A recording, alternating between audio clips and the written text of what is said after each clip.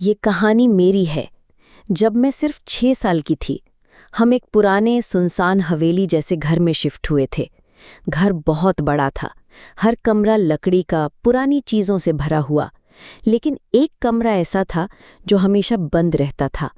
मैंने कई बार माँ से पूछा, माँ, ये कमरा क्यों बंद है? माँ बस इतना कहती, उस कमरे में सिर्फ पुरानी यादें हैं बेटा, वहाँ मत जाना। लेकिन हर रात जब सब सो जाते, उस दरवाजे के नीचे से एक ठंडी हवा चलती थी और मुझे लगता जैसे कोई अंदर चल रहा है। कई बार मैंने वहां से धीमी धीमी फुसफुसाहटें सुनी और एक बार तो किसी ने दरवाजे पर अंदर से खटखटाया भी। एक रात मैं चुपचाप उठी और उस कमरे के सामने खड़ी हो गई।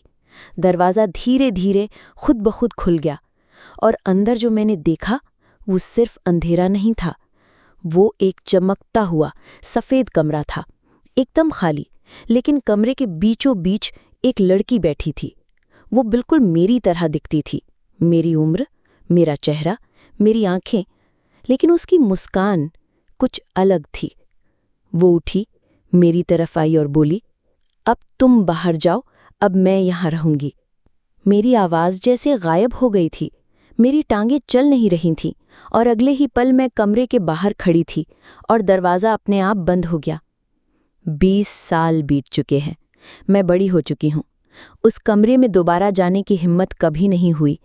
लेकिन अब भी हर रात मैं वही आवाज़ सुनती हूँ, धीमी खटखट खटखट, और एक जानी पहचानी सी मासूम आवाज़ कहती है, अब मुझे बाहर निकलना है। 20 साल गुजर चुके हैं, मैं अब बड़ी हो चुकी हूँ। लेकिन पिछली रात पहली बार वो दरवाज़ा पहले से खुला हुआ था। मैं आहिस्ता से अंदर गई।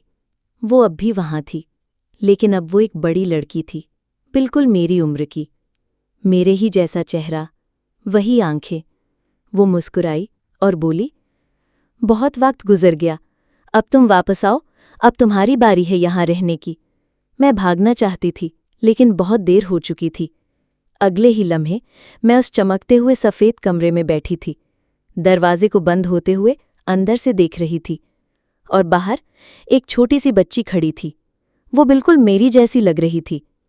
मैंने दरवाजे के पीछे से सरगोशी की, अब तुम अंदर आओ, अब तुम्हारी बारी है। और यूं कहानी दोबारा वहीं से शुरू हो गई। एक और बच्ची, एक और बंद कमरा और एक और इंतज़ार।